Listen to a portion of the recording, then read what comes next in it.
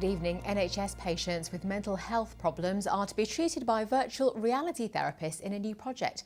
Experts in Oxford are embarking on a multi-million-pound trial to see whether people with severe mental health conditions like schizophrenia and who have difficulties being in everyday social situations would benefit from experiencing life in a simulated world. Matt Graveling has a story.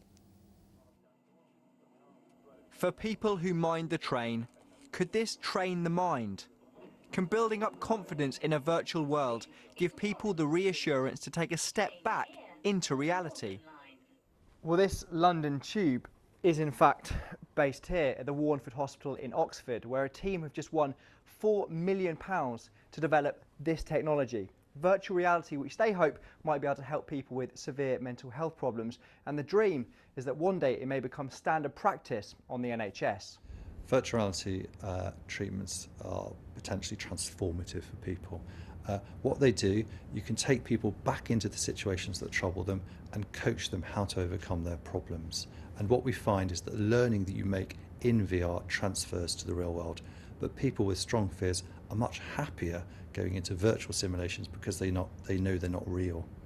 The project offers virtual scenarios aimed at tackling a range of anxieties, including enclosed spaces, being in public, and even heights.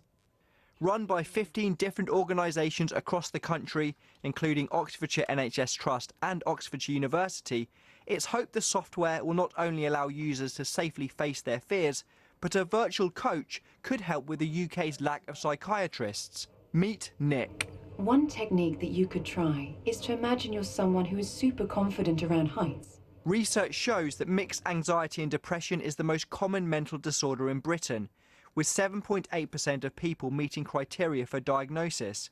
It's estimated to be the cause of 20% of days lost from work, and as many as 10% of people in England will experience depression in their lifetime. Once a patient has used the technology, they will be monitored to see how well they re-engage with society. But in order for this to be achieved, bespoke virtual scenarios have been designed for various mental health problems, with meticulous attention to detail. Following their £4 million investment, the team will now begin tests on patients across the country. It's hoped success would see NHS use of their virtual world become a reality. Matt Graveling, BBC South Today.